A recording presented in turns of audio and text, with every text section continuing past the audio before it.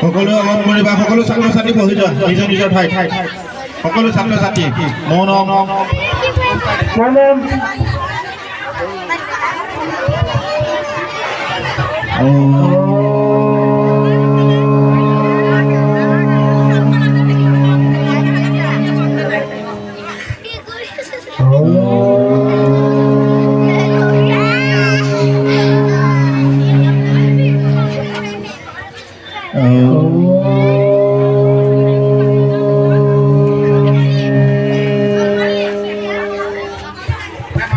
আমাৰ প্ৰভাত শ্ৰেণীৰ ছাত্ৰ ছাত্ৰীসকলে তেওঁলোকৰ ককা আইতাক আৰু